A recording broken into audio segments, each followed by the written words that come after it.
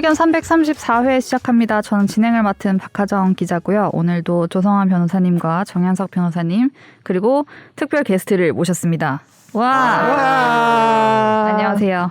안녕하세요. 환영합니다. 목소리 알 것 같은데 아실까요? 네, 저 골라듣는 뉴스룸 2일의 인턴 PD입니다. 오랜만에 모셨나요? 처음 보셨나요? 이렇게. 아니, 예전에 몇 번 목소리로 맞아, 나온 적이 네. 있었죠. 그러니까 이제 아예 네. 찐 패널로 네. 선재를 밀어내고 이렇게 들어온 적은 네. 없었죠. 선생님 오늘은 듣고 그냥 있나요? 밀어냈다니요. 밀어내고 들어왔네요. 이렇게 계속 자리 잡으시는 건 아니지. 오늘의 방송 역량에 따라 그죠. 예. 네. 많이 준비하셨나요? 아니, 어제 밤에 잠을 설쳤다거나 뭐 이런. 잠을 설치진 않았고 지금 네. 책상 밑으로 네. 사시나무 떨듯이 떨고 있습니다. 뭐 그렇게까지. 네. 네. 난 지진인 줄 알았어요. 지진시. 날씨가 엄청 추워졌습니다. 그러게요. 겨울이 오고 있는 것 같은 느낌. 네. 어느덧. 너무 추웠어요 오늘 아침에. 근데 여전히 제가 좀 센 슬리퍼 신으시고. 네. 예. 오늘 그러면 선재 아나운서가 없어서 너무 매우 아쉽지만 네. 그래도 한 가지 기쁜 게 있네요. 뭐가 있죠? 무엇이죠? 4명 다 수리남을 받자는 거예요. 오늘 마음대로 네. 해도 되는 거 아니에요? 다 끝까지 다 본 거죠? 그럼요. 다 봤습니다. 물론 청취자는 안 본 사람도 있겠지만 우리가 네. 뭐 그런 거 언제 배려한 적이 없기 때문에 식사는 잡섰어? 시간 잡섰어. 오늘은 이제 좀 더 고난도를 해도 되는 거죠 제가. 맞추기. 그죠? 우리 그때 카톡방에서 이게 뭔 상황인지 맞추기 했잖아요. 하정 기자가 right now가 뭐냐고 나한테 물어봐가지고 Right now. 흑인 네, 보디가드 분의. 지금 가야 되냐고 I'm very sick now 뭐 이런 것도 있었죠. 하정우가 자기 아프다고. 네. 무엇이 아직 뭐 준비해 오신 거 성대모사 있나요? 지금? 준비해 온 건 아니고 네. 상황에 맞게 좀 집어넣겠습니다. 아. 왜냐하면 여기저기서 써먹을 수 있는 게 많고 왜냐면 또 그걸 또 모르시는 청취자분도 있으니까 네. 그냥 자연스럽게 내가 한 말인 것처럼 맞추게 해야지. 네. 할 거 많아요. 뭐 네. 사업이 너무 꼬였습니다.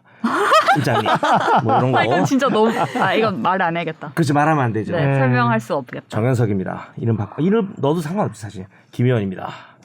넌좀 너무 비슷하다. 고였습니다. 사업이 너무 고였습니다. 근데 이거 잘못하면 내가 좀 집에서 오면서 해봤거든요. 네. 약간 이정재처럼 바뀌어요. 이게 전에 목소리 다른데 사업이 종아리. 너무 종아리 2개입니다. 아니 다 비슷한 거예요. 약간 그러니까. 변호사님이 하는 것 자체가 뭔가 다 비슷한 거 나 같아요. 이제 그만해야 될 것 같아요.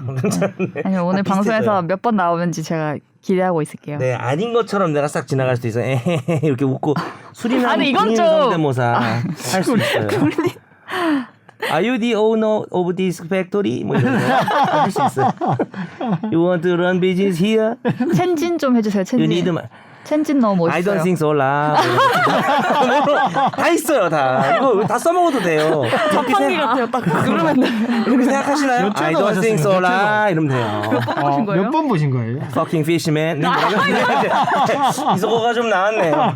아주 한 번 봤어요. 한 번 봤는데 어떻게 이렇게 포인트를 방송에서 하려고 제가 기억력이 안 좋거든요. 적어놨어. 성대모사가 뭐가 있지 해가지고 돌리면서 I don't think so, la가 있었는데 둘이 얘기하고 있을 때, 야 막 거의 넘어올 때, 뭐 이렇게 찾아봤습니다. 저는 변호사님께서 그 부산 사투리를 쓰는 누군가를 따라하라고 하셔서 그걸 처음부터 쫙 해서 보려고 하는데 일부에 죽더라고요. 누구지? 아 이거 1편에 중국어는 이게 되겠죠? 응수. 맞죠? 78 87 구구단 연습 많이 하셨겠네요. 네, 어쨌든 청취자들 안 본 분 죄송하지만 네. 신경을 또 안 쓰고 네. 하기 때문에 미안합니다. 들었다 얘기까지 다 하고. 이제까지 안 봤으면은 네, 어쩔 수 없죠. 네. 댓글 저희가 지난주에 잘 듣고 있다는 댓글이라도 달아달라고 읍소를 해가지고 정말 댓글을 많이 너무 많이 달아주셨습니다. 달아주네요. 감사합니다. 조성환 변호사님의 댓글을 읽어드립니다. 잘 듣고 계신다는 댓글이 너무 많는데 다 읽어드리겠습니다. 오늘 다 읽어드립니다. 예, 골룸의 JOOR 땡땡땡땡님 잘 듣고 있어요. 네 분 너무 좋아요. 거가거님 잘 듣고 있습니다. SBS는 식음료를 제공하라. 바람의 그림자님 항상 잘 듣고 있어요. 파리휴가 부러워요. 잘 다녀오세요. TGJ님도 아주 잘 듣고 있어요. 라고 많이 달아주셨습니다. 파리를 벌써 가신 건가요? 선재님은? 그죠? 주말에 출국하신다고. 아. 지금은 파리에 있는 거죠. 부럽다. 좋으시겠다. 우리 단골 니가 가라 내가 할까님 어떤 성대모사를 해도 스포가 되던 안 되던 즐거운 최종 의견 똑같은데 다음 주에도 성대모사 이런 기대합니다. 댓글이 있었네. 처음에 많이 오늘 조 변호사님께서 풀어드렸네요. 많이 준비해 오셨습니다. 일하정 기자님 단독 보도가 영향력이 있었던 기사였는데 옮기시자마자 다 바쁘게 다니시는 모두들 건강 조심하세요. 2번 32분 57초 부분에 전입신고를 당일에 했으면 당일에 바로 적용될 수 있게 법이 바꿔줄 수 없을까요? 저도 이 시점 때문에 신경이 이만저만 아니어서요. 쉽지는 않을 것 같아요, 그죠? 네, 어렵습니다. 신고가 이 이제 부분은. 그 자치센터 가서 하잖아요. 예. 냈는데 뭐 14시 36분에 했다 이러면 딱 그거가 이제 등기부랑 서로 별도로 가다 보니까 맞습니다. 예. 일원적으로 하려면은 전입 신고 했다가 다음 등기부 떼보고 아닌 것 같으면은 근데 이미 보증금을 냈겠구나. 그럴 그죠. 수 있겠다. 예. 근데 그분처럼 이제 해지하는 거지 뭐 당장 내놓으라고. 그러면 좀 가능성이 있죠. 왜냐하면은 근저당이 앞에 있었다가 그게 나중에 실행됐을 때 근저당권자 먼저 가져가니까 당장 지금 내놓으라고 이렇게. 근데 안 줘. 그럼 소송을 해. 그래서 받아내. 그럼 경매해. 그러면 또 뒷순서니까 그렇죠. 좀 그런 부분이 있네요. 근데 이게 하정 기자님도 약간 그런 의견이긴 했는데 이게 원래 등기부에 등기 안 하고도 특별히 보호하는 거라 맞습니다. 다음날 영시가 즉시 하는 거는 저는 조금 일률적으로 법적 안정성에서 처리가 좀 돼야 되는 게 맞을 것 문제가 같습니다. 있습니다. 말씀 빨리 예. 하세요, 하정 기자님. 일률적으로 한다는 게 문제가 된다는 게 무슨 그러니까 말이에요? 이제 다음 날 같은 되는 게 등기부에다가 문제라고요? 네. 들어오는 순서가 좋은데 네, 이 전입 신고는 그냥 자치센터에 가서 본인 신고서 내는 거잖아요. 그렇죠. 이거랑 등기부랑 이제 다른 질서상에 있다 보니까 네네네. 등기부에 등기하는 사람들 입장에서도 네. 이제 등기부만 보고 등기를 하는데 전입신고 같은 게 이제 덜컥 들어오면 네. 그날 뭐 나는 오전 10시에 했는데 얘는 음. 뭐 11시 반에 하고 뭐 이런 문제 때문에 네. 전입신고는 등기를 안 해도 우선 변제권을 주는 건 사실 상당히 법에서 혜택을 많이 주는 거거든요. 네. 그래서 다음날 0시로 그냥 일률적으로 정하는 게 그래서 그날 저당권 등기한 사람보다는 져야 되고 다음날 저당권 등기한 사람보다는 이길 수 있게 이렇게 그냥 해놓은 것 같습니다. 잘 네. 수긍은 안 되시는군요. 네, 제가 한마디 더 하면 이게 길어질 것 같아서 한 마디 더 해봐요 그래도. 적립신고를 제가 오후 1시에 했어요. 오전에 인사를 하고. 그치.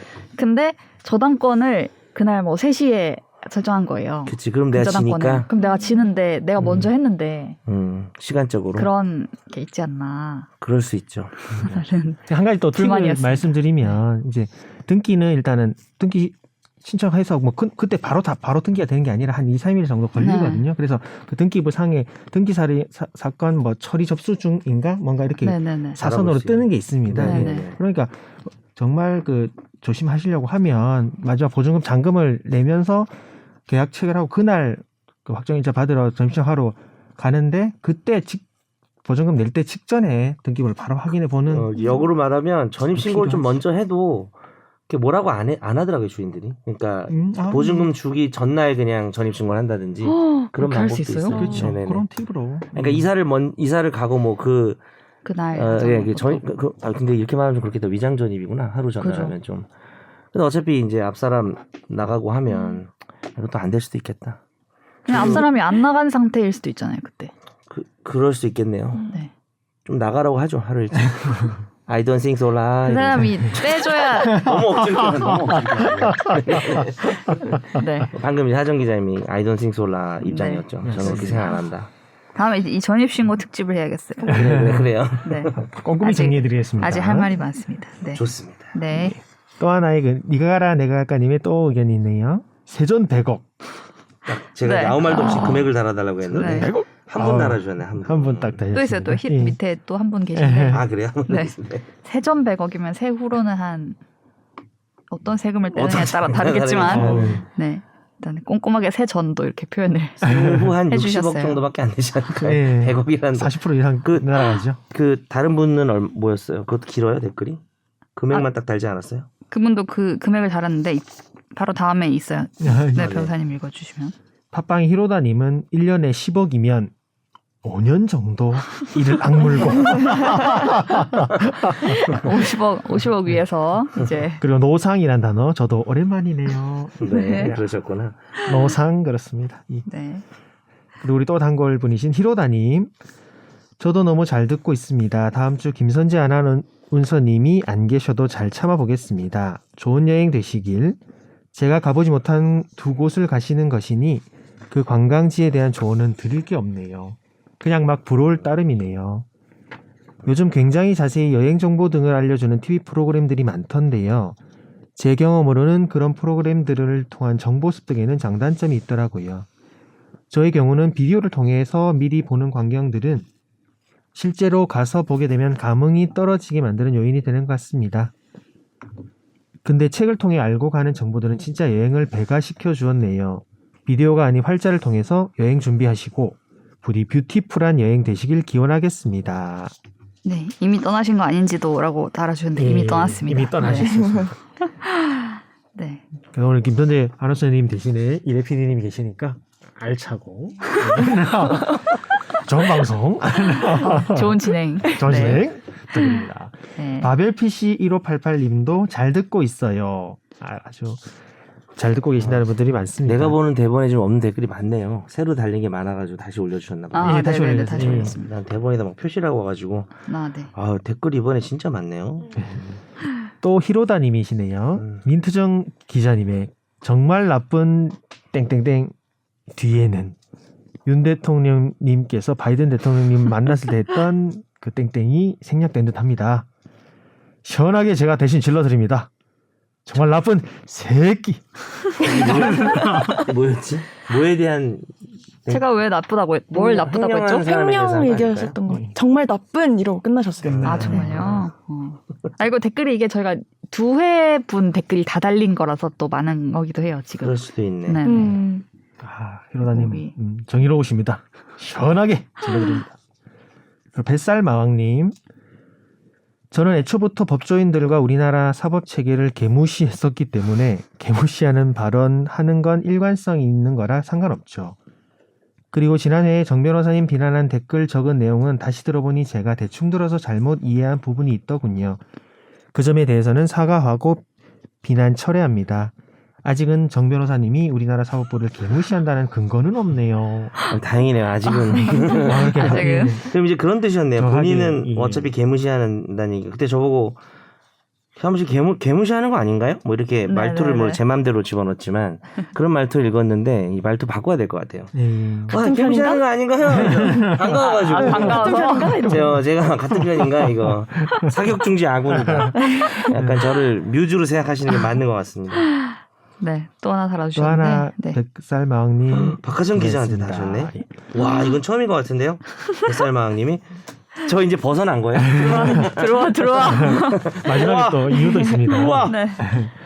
박하정 기자님, 기자라면 그 은행나무 관리 업무로 인해서 그 청소부의 업무가 얼마나 늘어났고 사람을 더 고용해서 시켜야 할 일을 한 명에게 몰아줘서 노동 환경을 얼마나 악화시켜서 그런 상황에 몰리게 되었는지 알아보고 이야기했어야 하는 것 아닐까요? 어떤 사건의 행위와 결과만 이야기할 게 아니라 왜 그 사건이 일어나게 되었고 뭐가 진짜 문제인지를 이야기해 줘야죠. 나무가 불쌍하긴 한데 그 청소부가 또라이라서 일하기 싫어서 그런 짓을 한 건지 결정권자가 사람을 쥐어짜서 그런 상황에 몰리게 된 건지를 알아보는 게 우선이라고 생각합니다. 꽤 오래전부터 막다른 길로 몰고 간 윗사람이나 시스템에 대한 취재나 비판 없이 막다른 길에 몰려서 어쩔 수 없이 칼을 휘두른 사람들만 비판하는 기사를 쓰는 기자들이 많던데 그럴 거면 왜 기자하는지 모르겠더라고요. 이번 회차는 정 변호사님 비판할 거리가 없어서 캐릭터 유지를 위해 다른 분 비판 좀 했습니다. 캐릭터 내가 유지할 어떤- 필요 없는. 어떤 부담감을 가지고 그지. 한 해당 한 사람을 비판해야 된다는 아니, 꼭 없을 땐 의무감을 댓글을 가지신 건지 그때는 모르겠는데. 쉬셔도 돼요. 이렇게 네. 굳이 한 명을 비판하기 위해서 제가 뭐 판결을 짧게 소개하느라 뭐 그렇긴 했는데 보도한 게 아니잖아요. 네.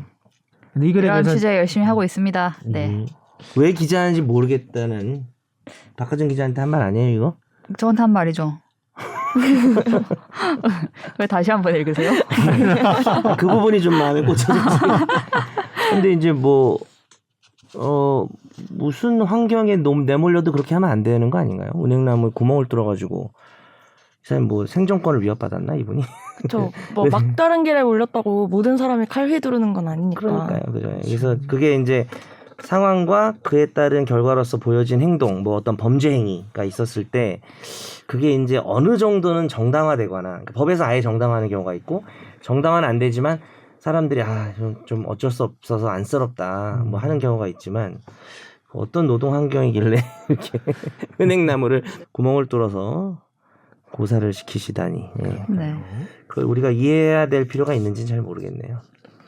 히로다님이 밝혀진 게 없는 상황에서 노동 환경이 뭐 안 좋은지 좋은지 밝혀진 기사도 아닌데 그걸 취재를 좀 하지 그랬어요. 이분을 찾아가셔서. 왜 기자하는지 모르겠네요. 네. 네. 그리고 하나 댓글 하나 아까 더 읽은 거 있는 것 같은데. 네가 가라 내가 갈까는 댓글인가요? 그분이 지금 분명히 성대모사 이거 칭찬해 주셨는데 이런 댓글을 넘어가시면 어떡합니까? 중간에 뭐 세전 금액 공사 얘기하시다가 제가 그 얘기해가지고 바로 그냥 넘어가 버렸네요. 미안해요. 예. 네가 가라 내가 할까님께서 적으신 글입니다. 무슨 성대모사 가지고 한 거지? 4분 15초 부분에 네. 성대모사를 몇 주 준비한 고생의 결과물 몇 주 준비한 거 아닌데. 34분 부럽네요. 20초 부분에 이거 코너로 만들어주세요. 공부가 되는 법률 청취하면서 느낀 게 뉴스 보면 느끼는 게 횡령 보면 추징도 100% 되는 게 아니고 물론 케바케이지만 안 걸리는 것도 대단하고 추징 시 만약 다 못 갚는다고 하거나 몰수를 못한다고 한다면 피해자 또는 업체들은 고통이 길어질 수밖에 없을 것 같습니다. 요 코너는 정면의 퀴즈였던 것 같아요. 그리고 어떤 우리 게 몰수가 퀴즈? 되나? 제가 방송을 거의 잘 다시 오지는 못 들어요. 원래 항상 듣는 게 습관이었는데 그렇죠. 요건 내가 들어봤더니 이래님이 그 효과음도 넣어주셨더라고요. 맞아요. 퀴즈 시작할 때. 퀴즈 했을 때. 오늘 준비돼 있습니다. 퀴즈. 준비해 왔습니다 오늘 제가. 대박. 기대됩니다. 네, 오늘 재밌어요. 주제에 할 게 많아가지고. 댓글 이렇게 많이 달아주셔서 감사드립니다. 감사드립니다. 듣고 있어요. 이런 댓글은 부탁드리지 않을게요. 네, 좀 쉬어도 될 것 같아요. 확인이 돼가지고. 네. 다른 분들이 듣고 계셨습니다. 네. 감사합니다. 다음 청취자의 사연을 진단해드리는 날로 먹는 청사진.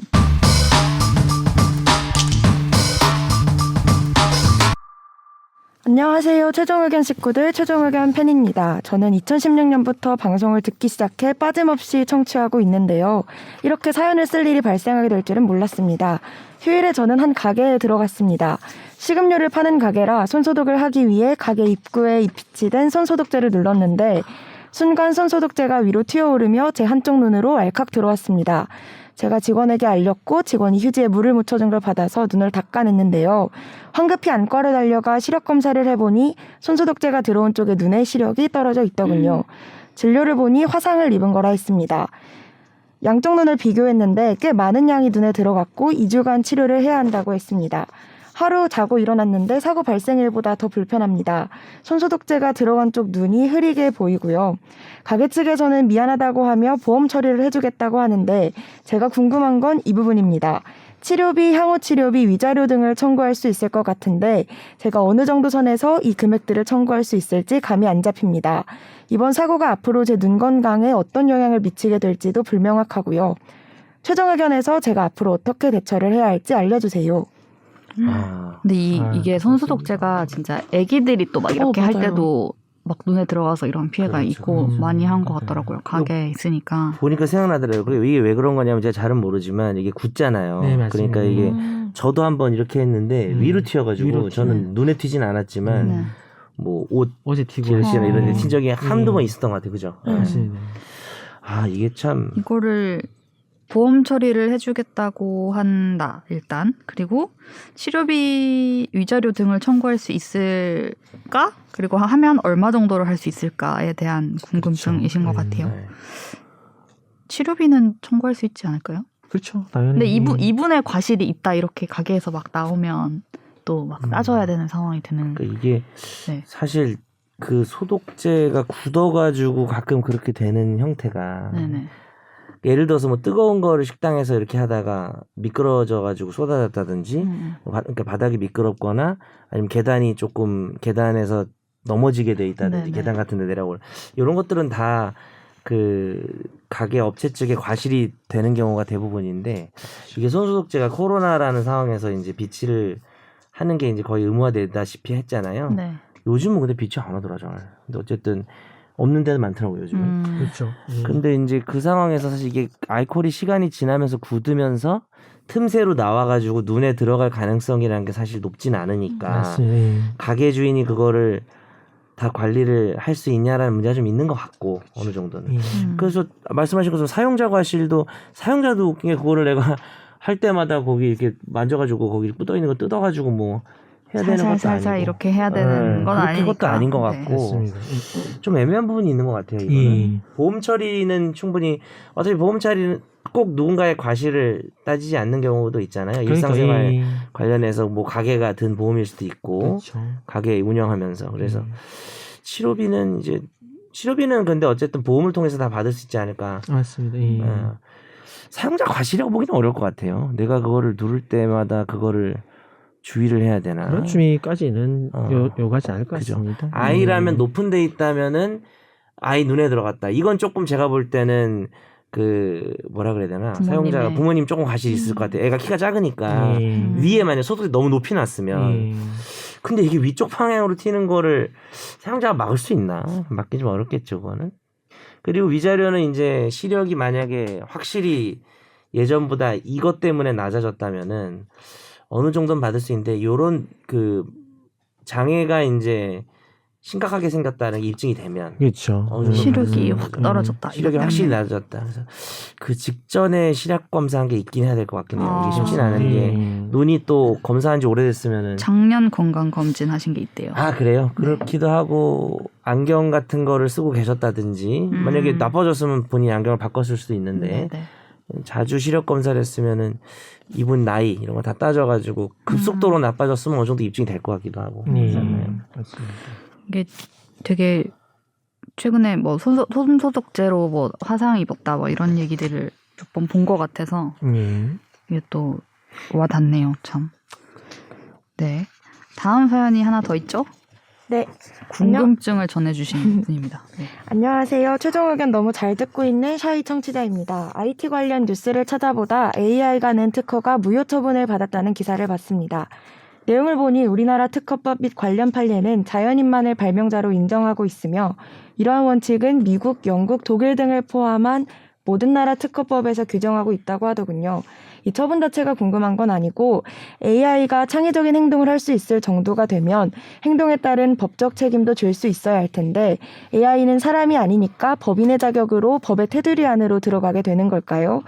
물론 AI를 만든 사람이 책임을 지게 되겠지만 행동에 대한 판단은 사람이 하는 건 아니고 AI가 하게 될 텐데 AI가 피소를 당하면 피고인은 만든 사람이나 소유자가 될까요?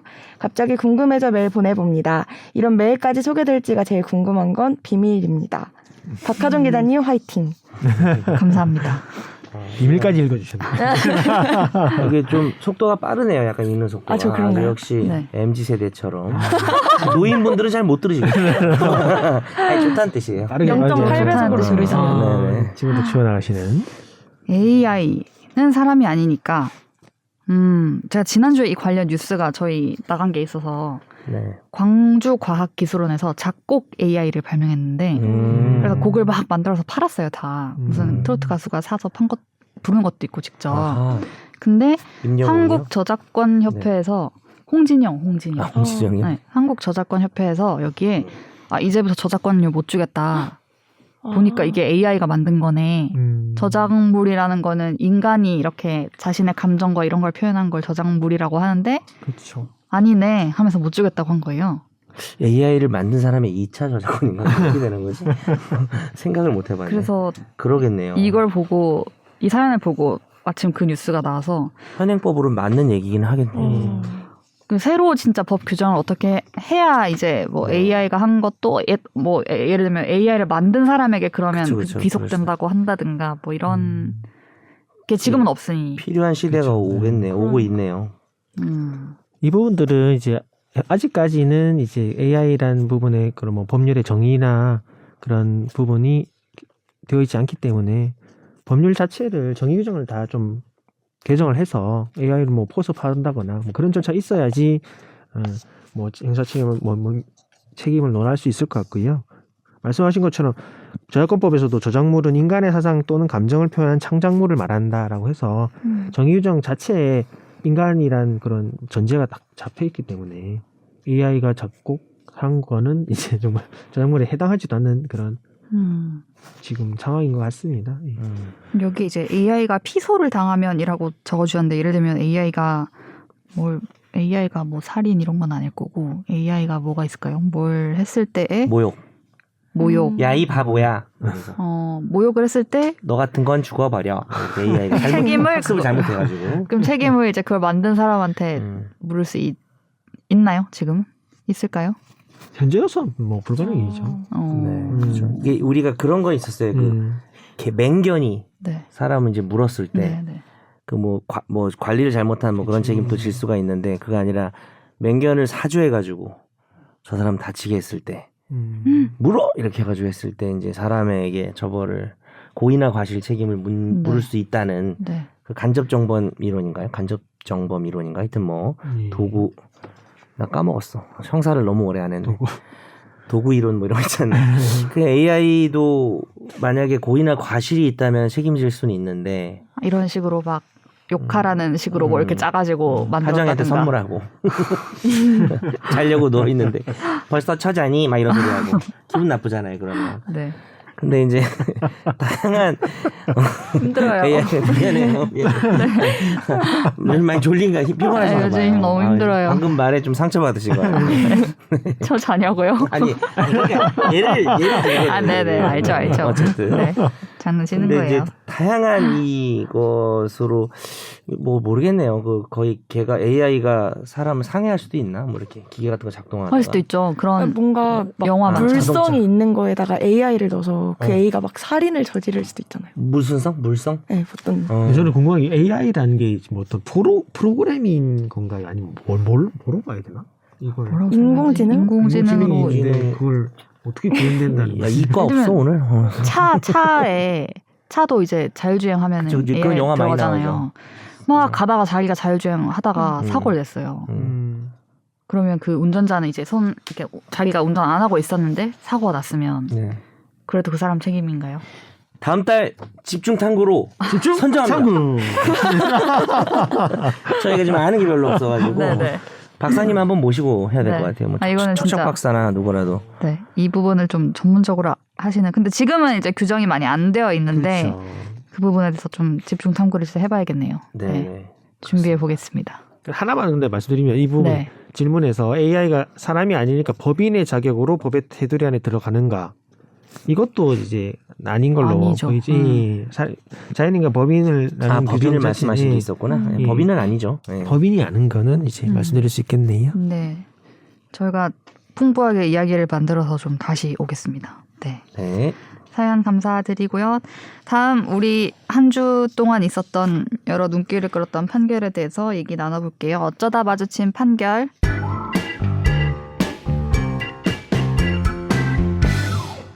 최강욱 더불어민주당 의원은 2020년 4월 SNS에 편지와 녹취록상 채널A 기자 발언 요지라는 제목의 허위사실 내용이 담긴 글을 올려 이동재 전 채널A 기자의 명예를 훼손한 혐의를 받았는데요.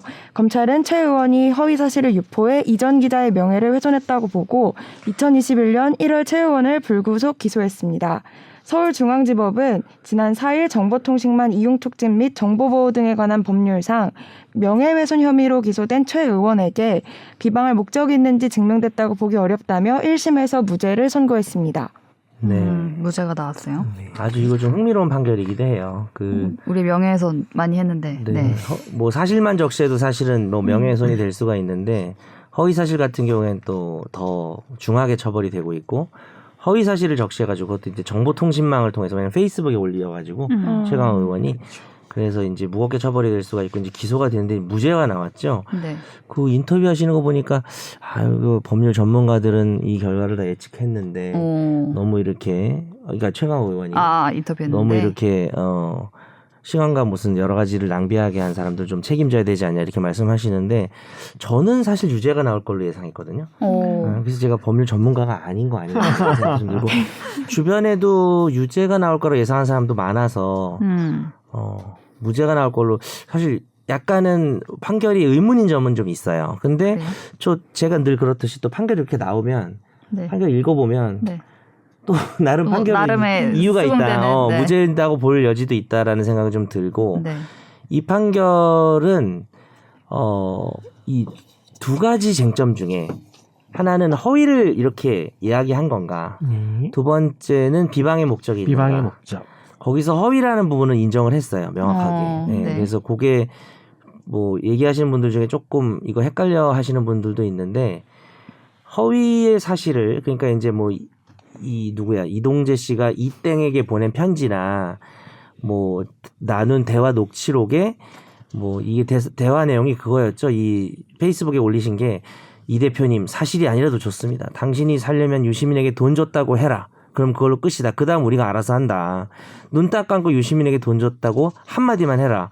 그 다음은 우리가 한 시나리오대로 하면 되고 검찰에 고소할 사람 우리가 준비해놨고 이거 뭐 다 털고 뭐 유시민 노무현재는 압수수색할 수 있고 다 할 수 있다라는 말을 한 것처럼 이렇게 최강 의원이 올렸어요. 그리고 이제 본인 의견을 그 밑에 올려가지고 네. 법원이 볼 때는 위에는 사실을 인용하는 형식이고 밑에는 본인 의견이니까 근데 위에 게 거짓말이었어요. 이게 사실은 아니었습니다. 그래서 허위는 맞다. 근데 보통 이게 이제 허위가 되면은 거의 유죄인데 이 판결이 좀 특이한 것 같긴 해요. 비방의 목적이 입증이 덜 돼서 무죄가 됐는데 여기서 좀 제가 좀 되게 주목했던 부분이 네. 비방의 목적이 있다고 보기 어려운 이제 두 가지 이유가 나왔는데 네. 하나는 이동재 기자가 자초했다라는 말이 나와요. 오, 그래요? 그러니까 여기 보면 뭘 자초했죠? 이런 그러니까 최강 페북 의원이 글이 올라오게 자초했다고요? 그러니까 그게 좀 이해는 안 되긴 하는데 그러니까 최강 의원이 올린 것처럼 이동재 기자가 야 이거 뭐 다 준비돼 있고 뭐 이런 식으로 일단 했다고 말해 이런 식의 말한 적은 전혀 없지만 네. 어쨌든 유시민에게 돈 준 사실 등을 제보해 주면은 검찰에 자기가 주선해서 선처를 받을 수 있겠다는 회유와 압박을 계속 한 건 맞거든요. 되게 미묘한 차이. 좀 차이가 있는 거죠. 인가요? 준비 다 돼 있고 그러니까 이제 거짓말이든 사실이든 그냥 막 얘기를 일단 말만 해줘 이런 말 한 적은 없다라는 거죠. 근데 제보 좀 해줘. 제보만 해주면은 너 선처받을 수 있게 내가 해줄 거야. 자기가 무슨 한동훈 검사장이랑 대단히 그런 친하다는 거래가 있었던 것처럼. 근데 이제 나중에 또 이동재 기자가 한동훈 검사는 관련이 없다고 또 말을 하니까 이런 걸 이번 판결문에 나오면서 뭐라 그러냐면은 그 한동훈 관련해서도 좀 거짓말한 거고. 네.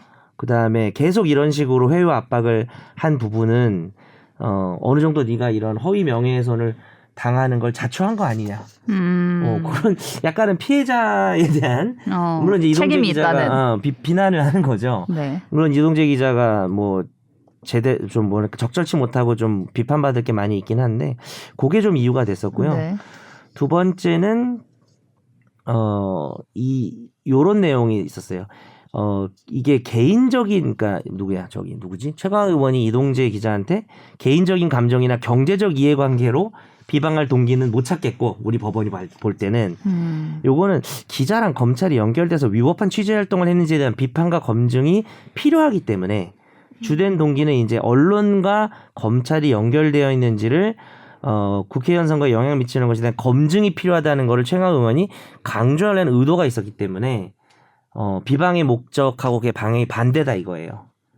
그래서 이제 무죄가 나온 건데. 나름의 공적인 어떤 목적을 네. 가지고 했다는. 그렇죠. 취지인 다만 이제 거죠. 남는 네. 의무는 의도가 좋고 공적인 이슈면 공적인 관심사와 비판과 검증이 필요한 영역이라면은 전혀 있지 않은 사실을 거짓으로 올려도 그럼 이제 무죄가 될 수 있는 건가라는 의문은 좀 남아요. 이 판결문에 대해서 의문도 좀 있고 네.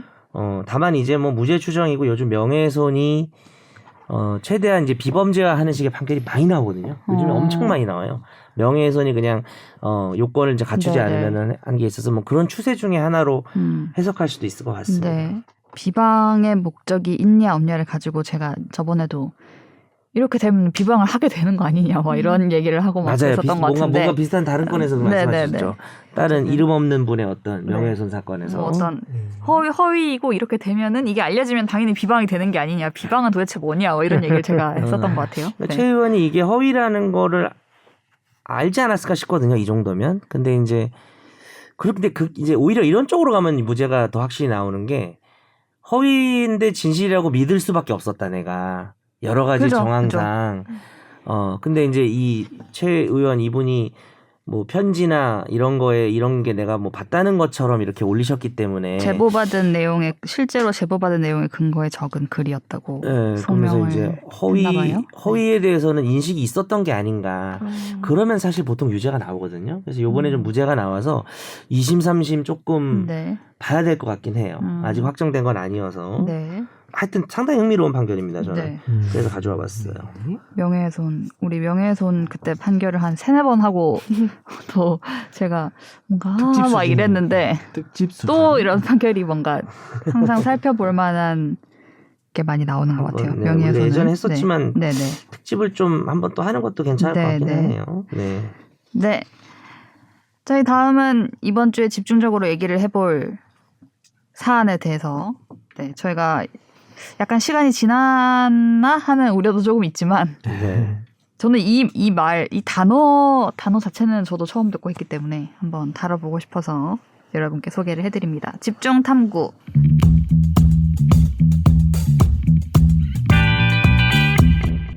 법은 가정의 문턱을 넘지 않는다. 이런 말을 공부하실 때 들으시나요? 네, 혹시? 로마법의 법원이죠. 법원이죠. 또 격언 또 오랜만에. 법은 문지방을 넘지 않는다. 저희는 그렇게 배웠어요. 아 진짜요? 예. 약간 한국 버전 같은데. 네, 그리고 문지방 문지방을. 위에 서 있으면은 등 나간다. 뭐 이런 얘기도 같이 배웠고요. 음. 지진이 났을 때는 문지방 위가 가장 안전하다. 뭐 그런 얘기도. 아니, 문지방 관련된 거 모아봤습니다. 그렇게 처음 말씀하셔가지고. 듣는 말이에요. 아, 문지방인데 안전해요. 진짜요? 그 집에서는 거기가 이렇게 틀이 있기 때문에. 오. 과학적인 근거가 없으면 어떡하지? 분명히 들었는데 무슨 위기 탈출 넘버원 같은 거 본 것 같은데 문지방 옆에 있어서 사망 뭐 이런 식으로 하는데 문지방 문지방 검색해 바로 검색하고 있어. 우리 아무래도 지방 지진. 패널 중에 이과시네. 이과시네요. 이과네. 아 이과가 너 있네. 이과잖아. 생존 전문가가 알려주는 지진 행동 요령. 알려주세요. 지진 대피 요령. 지진 발생 시 실내에 있는 경우 지방 구석이나 튼튼한 문지방 아래로 몸을 피하도록 한다. 맞네요. 우와. 빠밤. 빠밤. 대박. 이게 최종 의견이야. 이게 뭐야? 유익한 방송이다. 유익한 방송. 위기 탈출 넘버원. 네. 아우, 지방 구석 튼튼한 문지방 아래로 몸을 피하도록 법은 한다. 문지방을 넘지 않는다. 네. 법은 가정사에 네. 아예 뭐 개입 안 한다 할 수도 있지만 네. 또 개입을 자제한다 할 수도 있고 네. 어떻게 생각하세요? 어떻게 생각하세요? 이래님. 저는 저쪽 피디님 왜 웃으실 웃어? 것 같아요. 이게 막 물어보니까 되게 좋은가 봐요. 저 우리 오랜만에 오신 지훈님 한번 모셔가지고 뭐 좀 물어봐야겠는데 이따가 나중에. 네, 어쨌든. 나중에 퀴즈 타임 오세요. 네, 어떻게 생각하십니까? 저는 이런 게 있는지도 몰랐거든요. 네. 근데 친족상도례 같은 게. 친족상도례가 있는 줄도 네. 몰랐는데 그냥 이거를 보고 들었던 생각은 아니 집 밖에서 옳고 그른 것은 집 안에서도 똑같이 옳고 그른 것이 되어야 되지 않나? 라는 생각이 들었어요. 그러면 이쯤에서 혹시 예전에 네. 어릴 때 네.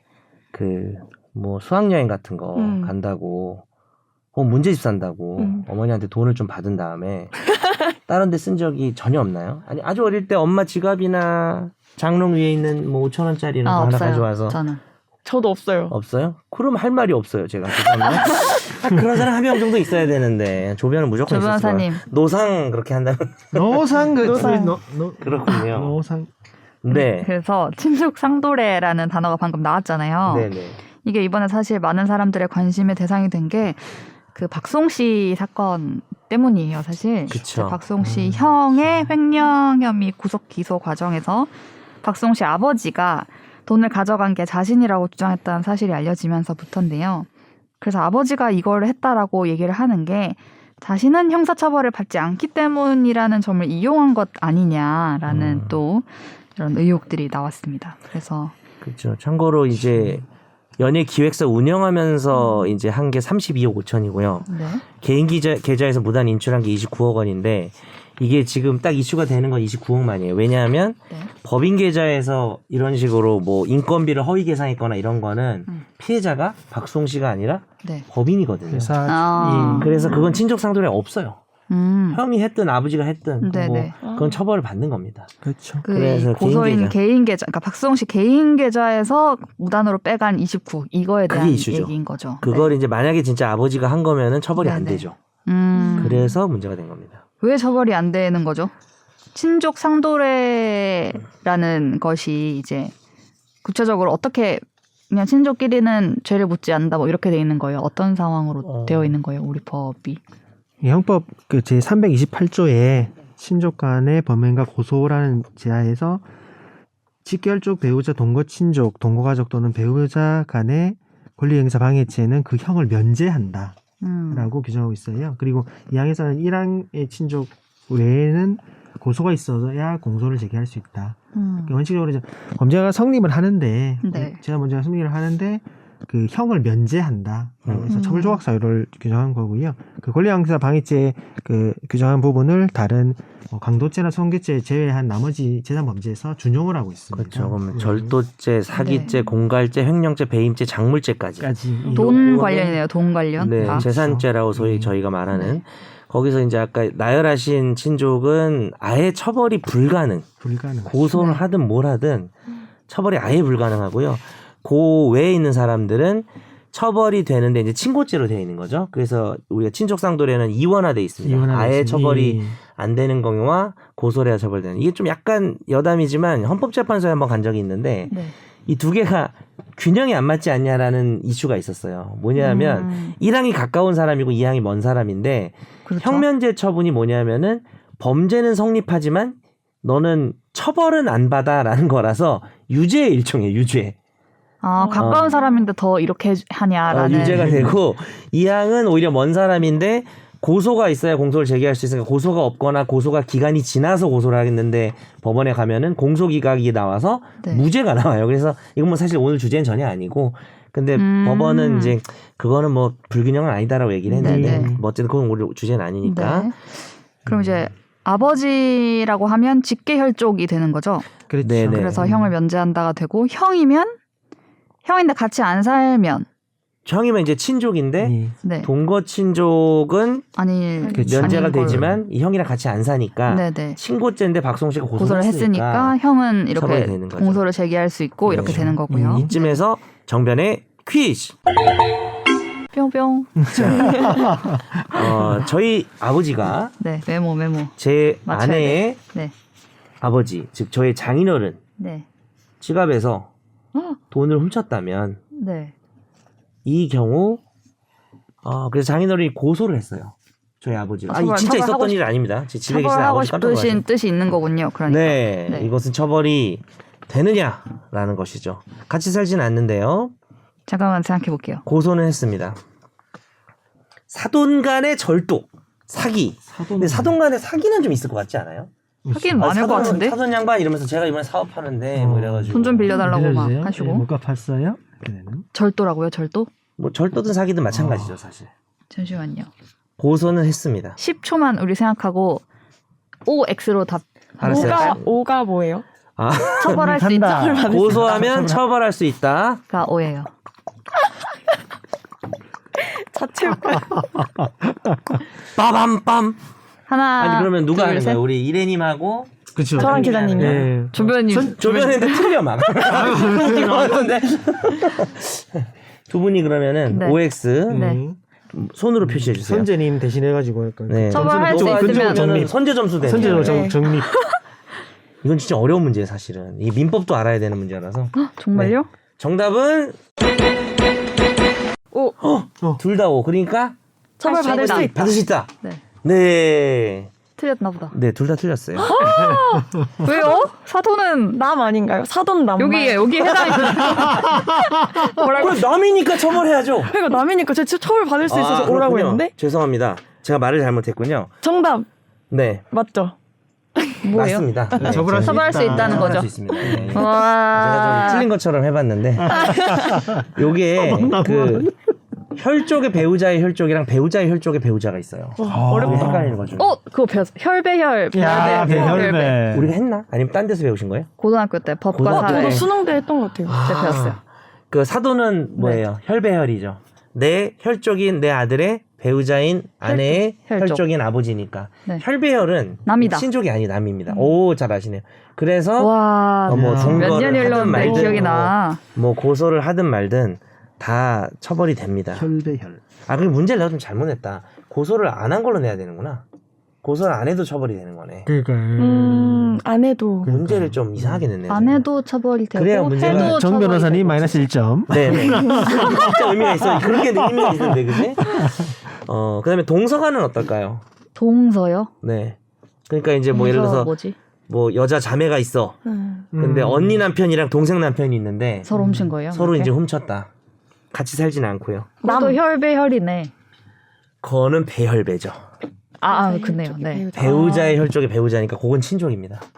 그래서 그 경우는 뭐 그럴 일은 없지만 넷이 같이 살면 네. 아예 처벌이 안 되는 거고요. 따로 살면 이제 고소해야 처벌이 되는. 오늘 정변의 퀴즈 좀 괜찮았나요? 어렵네요. 네, 어렵네요. 네. 뒤쪽으로 가서 다음 퀴즈를 또 잠시 뒤에 내도록 하겠습니다. 네. 많이 준비하셨습니다. 네. 네. 아무튼 그래서 이 박수욱 씨 건 같은 경우에는 아까 그 개인 계좌에서 빼낸 29억이 문제가 됐잖아요, 지금. 근데 검찰은 고소인의 친형이 이걸 했다라고 판단해서 이제 구속 기소를 했습니다. 형, 아버지의 뭐 주장과는 달리 이렇게 기소를 했고요. 근데 어쨌든 뭐 절도 뭐 이런 사기 이런 혐의들이 많았는데 이런 규정을 두어서 그 문지방을 넘지 못하게 하는 것이 적절한 것인가? 특히 뭐 21세기에 그렇게 그렇죠. 하는 게 맞느냐에 맞느냐에 대한 얘기들이 있고 이게 막 불거졌을 때 국감에서도 이게 막 얘기가 되면서 그죠. 박범계 네. 위원이 얘기를 했었죠. 네, 그래서 한동훈 장관에게. 한동훈 장관이 이거 법무부 어떻게 장관이 생각하십니까? 이거 맞다고 보세요. 나올 거예요. 한동훈 장관도 해주세요. 맞지 않는 부분이 있다고 생각합니다. 아니야 조금 더 아, 저 연습 네. 안 해왔네요. 미안합니다. I don't think so now. 그래서 웃겼을 것 같아요. 박범계 좀 안 맞는 거 아닙니까? 박범계 약간 비슷하지 않아요? 한동훈보다 이런 비슷한 것 규정이 같아요. 좀 개정돼야 된다고 생각하지 않습니까? 아소리남 인신데. 나 뭐래도 소리나. 뭐 해도 소리남인데. 화가 됐어요. 네. 78? 정우래가 너무 꼬였습니다. 법제사범이 네. 너무 꼬였습니다. 지금 사회에서는 그대로 적용하기 어렵다고 생각한다라고 말을 했대요. 그래서 이제 뭐 개정이 되는 거 아니냐 뭐 이런 얘기도 그러니까 한동훈 나오는데. 장관도 그랬고 박범계 위원도 그랬고. 네. 그래서 저희가 뭐 관련해서 친족 상도례 개정 방안에 대한 얘기가 뭐 국회 입법조사처에서 나온 거가 있었는데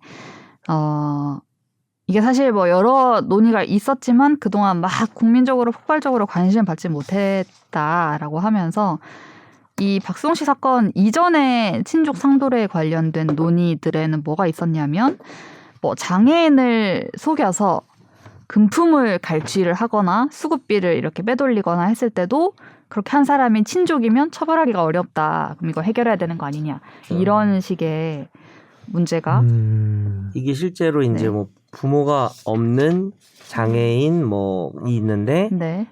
그러면 이제 후견인이 필요하거든요. 네네. 부모가 없으면 그러면 이제 뭐 외삼촌이나 이모 이런 사람들이 이제 후견인이 보통 되는데 네네. 후견인 겸 친족인 거죠. 그렇죠. 근데 거기 나오는 지원금, 보조금 이런 거 자기들이 다 타먹기로 나쁜 사람들도 있잖아요. 근데 그걸 처벌을 못 하는 거죠. 이건 진짜 문제 같이 데리고 살면서 후견을 하잖아요. 그러니까 동거 문제라고 친족이니까. 생각해요. 그러니까 그런 건 진짜 심각하죠. 네. 그러니까 동거가 그게 범죄를 위한 동거인데 사실 사실 그렇잖아. 오히려. 그러니까 챙기려고 그런 근데 거 그게 같은데. 오히려 면제를 해주니까 방향이 이상하죠. 네. 그런 것들에 대한 논의 있었는데 꼭 이렇게 이런 경우가 아니더라도 친족 상도례가 있는 게 맞냐라는 이제 논의가 그 자체에 시작된 거다. 대한 네네네. 문지방을 좀 넘어야 되지 않나. 그렇죠. 또 우리가 이제 뭐 좀 유사한 예로 가정폭력 같은 경우도 그렇죠. 사실 문지방이 닳도록 좀 넘어야 되는 닳도록. 그런 예. 그 예전하고 인식이 바로 많이 닳도록? 달라졌죠, 그죠? 매 맞는 아내 뭐 이런 네. 뭐 맞습니다. 매맞는 남편도 뭐 좀 있는 것 같지만 어쨌든 매 맞는 아내가 대부분이죠. 그런 경우에 이제 특히나 이제 물리적으로 힘이 센 이런 남편이 막 술 먹고 와서 애 패고 아내 패고 막 이런 경우에 이제 예전에는 아이 뭐 집안일인데 알아서 좀 잘 하시죠. 이렇게 남편분이 좀 화가 많이 나셨네. 뭐 이러고 그냥 가는 예. 분위기였다면 말도 안 요즘은 뭐 되는. 그냥 바로 네. 그냥 몸을 이제 뒷짐을 지어가지고 바로 그냥 체포 그렇죠. 그렇게 할 수 있는 거죠. 심한 경우에. 근데 이제 한편으로는 또 이런 면도 있어요. 뭐냐면 아까 제가 두 분한테 이렇게 했는데 안 걸려들었는데 이제 부모님 지갑에서 네. 다 큰 성인인 뭐 아들이고 딸이라 하더라도 네네. 뭐 돈을 좀 살짝 가져갔는데 네네. 이거를 친족 상도례가 아예 없어지면 네. 고소를 안 해도 사실 처벌할 수 있는 거거든요. 그래서 저는 그 생각을 했어요. 여기 여러 대안을 제시하신 기존의 분들 계시지만 이 형을 면제한다는 없애더라도 없애더라도 네. 없애야 되고 네. 되고 형을 면제한다는 없애야 되고 여러 가지 그냥 안 중에 다 안 중에서 그런 뭐 혈족 뭐 이렇게 해가지고 몇 명 추려가지고 고소를 제기하면 공소를 제기할 수 있다. 친고죄로. 친고죄로. 아까 이항처럼 가까운 사람들이 형 면제인데 그거를 뭐 예를 들면 친고죄로 바꾸고 네. 이항처럼 좀 먼 사람들은 그냥 뭐 다, 친고죄가 네. 아니라 그냥 처벌해버리고 반의사불벌죄로 가거나. 반의사불벌죄로 가자는 견해들이 반의사불벌죄 조금 더 네. 친고죄하고 조금 다르요 친고는 고소해야 처벌인데 반의사불벌죄는 고소 없이 처벌하려고 할 때 네. 멈춰 이러면서 멈춰. 저 사람 봐주자 이래야 이제 빠지는 거니까. 그러니까 예를 들면 여기에서 언급을 했는데 이걸 되게 좀 극단적으로 만들어 보면은 아내가 남편 지갑이나 뭐 남편 통장이나 도장 이렇게 집에 같이 있으니까 가져가가지고 돈을 계속 야금야금 빼서 도박을 한다거나 뭐 이렇게 했을 때 지금은 처벌 안 되는 거 아니에요? 지금은 전혀 안 되죠. 전혀 안 돼요. 근데- 도박을 하든 근데 뭘 하든 남편분이 이게 아무리 가정의 일이라도 땄어. 여보 알아주고 막 이런 논의가 논의가 복잡해지는데 타짜의 삶을 네. 시작하는 거죠. 그럴 때는 아무리 가정의 문지방 그래도 저는 어느 정도의 공권력이 개입할 필요는 있다고 생각하거든요.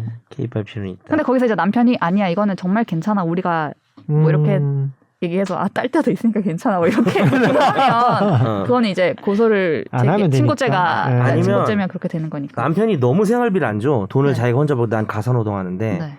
그래서 빼서 생활비로 썼어. 근데 이 남편이 이거 말이야 남자를 뭘로 보고 버릇 좀 고쳐야겠어 라고 해서 고소하면 어떡할 거예요? 그러면 처벌되는 거잖아요. 그거는 친고죄밖에 기소되는데 없으니까. 무죄는 안 되나? 무조건 안 되죠. 본인은 형면제를 다 없애면 네. 하나 걸다 수리남 군인 웃음입니다. We're gonna good partner. 아니 근데 이거는 코리안 참 커피. 애매한데. 네? 애매한데요. 아니 제가 얘기한 거는 예를 들어서 그럼 뭐 그렇게 한다고 해서 이 뭐 혈족 배우자 다 형 면제해 주는 게 옳은가요? 제가 얘기한 것만 답해 보세요. 아내가 이제 어쩔 수 없이 하도 생활비를 안 주고 남편이 진짜 너무 짜. 그리고 몰렸다. 야 가사노동이 뭐라고 그래? 내가 내 돈이지라고 하면서 애들 어떻게 대충 키워 이랬는데 너무 심해가지고 애 병원비도 잘 안 주고 아프면서 너무 극단적인가요? 근데 만약에 이 아프면서 친족 크는 거지 애들은 막 이래. 그래가지고 친족- 어쩔 수 없이 네. 그 돈으로 애를 어떻게 했어. 네. 그래도 남편이 이거 버릇 고쳐줘야겠는데 고소하면은 처벌되잖아요. 그럼 이 친족 상도례 이 조항이 만약에 다 없어지면 그거는 무죄가 날 개연성이 전혀 없나요? 네, 없죠. 모든 구성권을 사실은 있죠. 예, 그 질문 좋은 질문이네. 뭐 정당행위나 이런 게 될 수는 있죠. 우리 법에는 사회통념상 이거를 범죄로 처벌하기 좀 그렇다. 그렇죠. 근데 이제 그 정당행위라는 요건이 언제나 작동할지는 사실 보장이 없는 거죠. 근데 전혀 없지는 않네요. 정당행위도 있긴 있네요. 그리고 이제 변호사님 말씀하신 그 정말 생활비를 주지 않는 남편 지갑에 소액으로 생활비를 뭐 조금씩 뺐다는 그런 부분 같은 경우에는 뭐 제가 인정이 될 수는 있지만 그 사전에 검찰 단계에서 기소유예나 불기소 처분이 있어서 뭐 재판까지 안 가고 처벌 안 받을 가능성이 있죠. 하지만 기소유예도 사실은 유죄의 일종이니까 전과 남는 거 뭐 아니에요? 전과가 뭐 수사 기간 전과는 안 남아요. 그래요? 전과는 아닌데 근데 수사 기간의 기록은 남아요. 볼 수 있는데 자기들이 볼 수 있는 이 사람 범죄 경력 조회를 하면 나오지만 오, 안 떼면 나와요? 나오지만 그거 일반인들은 수사 경력 자율 조회를 하면 나오는 정도라서 그죠. 빨간 줄 끈이나 이런 게 절대 아니거든요. 그 불기소 외국 사람들 처분의 볼 수는 없죠. 불기소 처분 일종입니다. 그래도 유죄 중의 일종이잖아. 기소유예는 유죄 중의 일종이잖아요. 유죄는 재판 단계에서 벌을 받아야 그 말씀해야 되는 거 아니에요? 엄밀하게 따지면. 아니 기소유예 나오면은 나 무죄인데 기소유예 나왔다고 억울하다고 헌법 소원하기도 하는데요. 악은 거죠. 그렇네요. You need my help.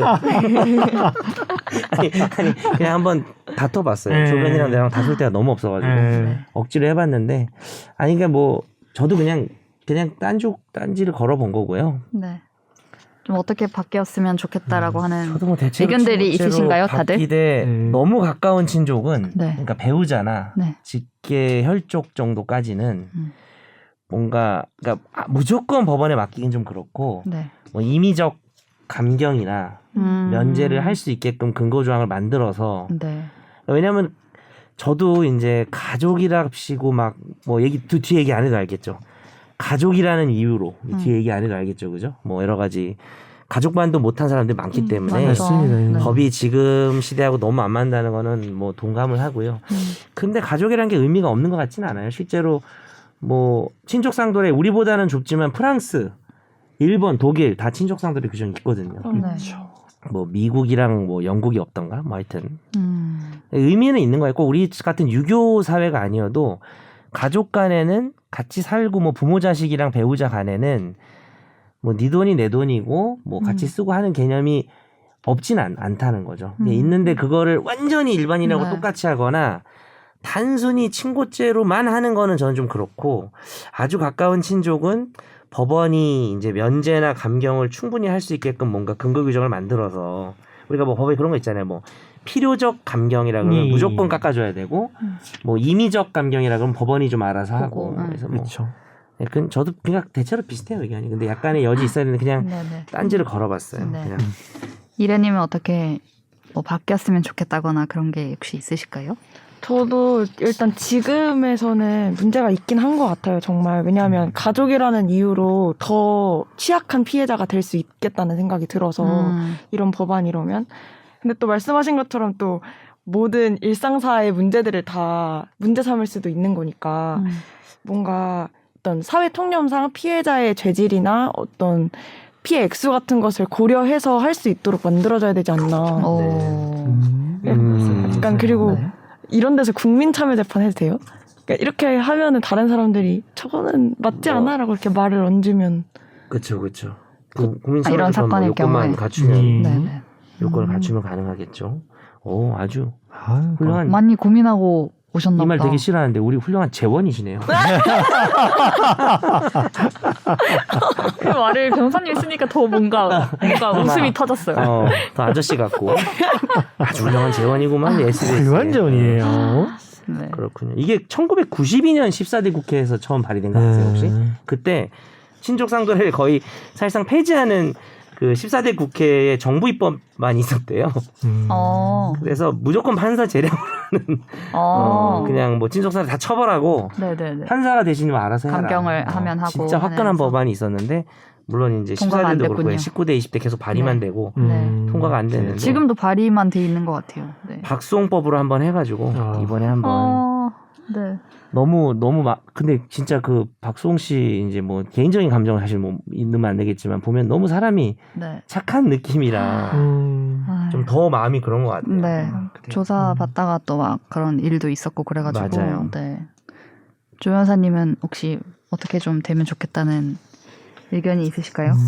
지난번에 우리 횡령죄 하면서 네. 횡령 금액이 막 엄청 커지는데 맞아요. 양형 기준이 너무 지금 낮게 응. 책정돼 있는 게 아닌가라는 얘기를 했었을 때 또 비슷한 생각이 건데요. 네, 네. 이 친족상도례가 만들어지고 그러네. 예전에는 이제 이 피해 금액 자체가 엄청 작고 소소한 부분일 때 네. 이런 때는 뭐 그냥 가족이니까 동거 친족이니까 그냥 면제하자 뭐 이런 합의가 있었던 걸로 보이는데 이제는 이 뭐 가족 간에 있어서도 이렇게 100억대 이런 뭐 횡령 뭐 이런 큰 금액들에 대한 그런 피해 금액을 일률적으로 그냥 형을 면제해서 아예 네. 뭐 처벌 자체도 못하게 하는 일부분은 이제 시정돼야 한다고 생각하거든요. 근데 개정안 예시라고 해서 지금 나오고 있는 부분이 뭐 근친은 친고죄, 원친 반의사 불벌죄 이렇게 규정하거나 근친은 임의적 형면제, 원친 반의사 불벌죄 이런 식으로 규정을 하게 되면 네. 그 동거 친족 뭐 배우자나 가까운 친족들이 있어서는 정말 고소를 해야 그 공소를 제기하거나 법원에서 판단을 할 때 뭐 임의적으로 면제를 할 수 있다라고 규정을 해서 법원에게 재량권을 주는 그런 형태의 그런 개정이 되어야 된다고 생각하는데요. 이 두 안에 있어서 저는 뭐 근친 친고죄 정도로 규정을 해서 피해자 그런 의사를 조금 더 존중했으면 네. 하는 바람입니다.